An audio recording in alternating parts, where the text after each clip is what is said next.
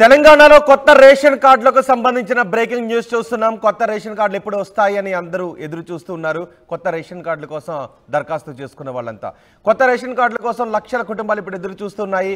6 గ్యారెంటీలతో పాటు అనేక సంక్షేమ పథకాల లబ్ధిదారుల ఎంపికకు రేషన్ కార్డు కంపల్సరీ కావడంతో సాధ్యమైనంత త్వరగా కొత్త రేషన్ కార్డులు జారీ చేయాలి అని ప్రభుత్వం చూస్తూ ఉంది. ఫిబ్రవరిలో లోక్సభ ఎన్నికలు కోడ్ వచ్చే అవకాశం ఉంది. ఈ నేపథ్యంలో ఎన్నికల కోడ్ రాకముందే కొత్త రేషన్ కార్డులు ఇచ్చే ఆలోచన ప్రభుత్వం చేస్తోంది. నెలాఖరు నాటికి కొత్త రేషన్ కార్డుల కోసం వచ్చిన దరఖాస్తుల పరిశీలన, అర్హుల ఎంపిక పూర్తి చేసే ఆలోచనలో ప్రభుత్వం ఉంది. అన్ని అనుకున్నట్లుగా జరిగితే శివరాత్రి నాటికి కొత్త రేషన్ కార్డులు లబ్ధిదారులకు దరఖాస్తుదారులకు అందే అవకాశం కనిపిస్తోంది. దీనిపై మరింత సమాచారం మా ప్రతినిధి మధు అందిస్తారు. మధు, లబ్ధిదారుల ఎంపికకు లబ్ధిదారులకు ఆ పథకాలు చేరాలంటే రేషన్ కార్డులు కంపల్సరీ. చాలా మందికి రేషన్ కార్డులు లేవు. లక్షల సంఖ్యలో రేషన్ కార్డులు దరఖాస్తులు వచ్చాయి. ఈ నేపథ్యంలో వాళ్ళందరికీ ఎన్నికల కోడ్కు ముందే రేషన్ కార్డులు జారీ చేసే ప్రక్రియకు సంబంధించి మీ దగ్గర ఉన్న సమాచారం ఏంటి? ప్రభుత్వం ఆ దిశగా ఎటువంటి అడుగులు వేస్తోంది?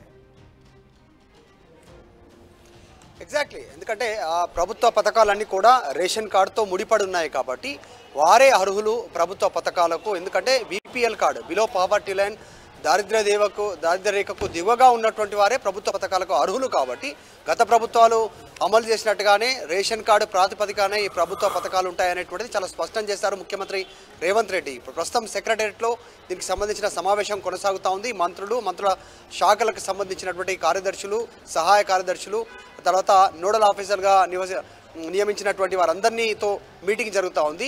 దీంట్లో ప్రధానంగా ఈ ప్రజాపాలన పేరిట అందినటువంటి దరఖాస్తులకు సంబంధించినటువంటి అంశంపైన చర్చ, సుదీర్ఘమైనటువంటి చర్చ. దాని తర్వాత ఈ నెల 17వ తారీఖు లోపల వచ్చినటువంటి అప్లికేషన్లన్నీ డిజిటలైజేషన్ చేయాలి, పూర్తి స్థాయిలో దీనికి సంబంధించినటువంటిది ఆదేశాలు అందాయి.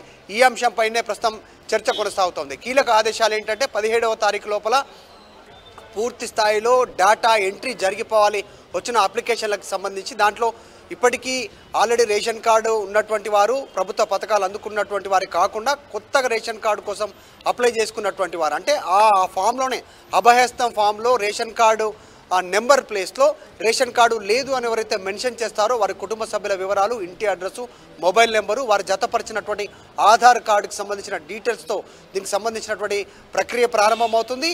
ఆ విధంగా కొత్త రేషన్ కార్డు హోల్డర్దారు ఎవరైతే ఉన్నారో అప్లై చేసుకోవడానికి ఎవరైతే అర్హులు ఉన్నారో వారిని అర్హులను గుర్తించాలనేటువంటిది ప్రభుత్వ నిర్ణయంగా కనిపిస్తూ ఉంది. 17 లోపల డేటా ఎంట్రీ అయిపోతే మొత్తం వచ్చేటువంటి శివరాత్రి లోపల కొత్త రేషన్ కార్డులు ఇవ్వాలి అనేటువంటిది ప్రభుత్వ నిర్ణయంగా కనిపిస్తూ ఉంది. దానికి సంబంధించిన కసరత్తు ప్రారంభమవుతుంది. అధికారులకు ఆదేశాలు అందాయి. ప్రస్తుతం సెక్రటేరియట్లో ముఖ్యమంత్రి రేవంత్ రెడ్డి ఇదే అంశంపైన రివ్యూ నిర్వహిస్తూ ఉన్నారు.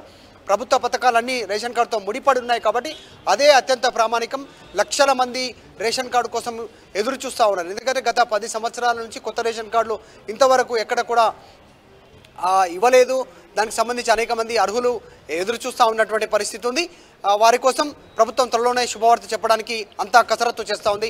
అధికారులకు ఆదేశాలు అందాయి.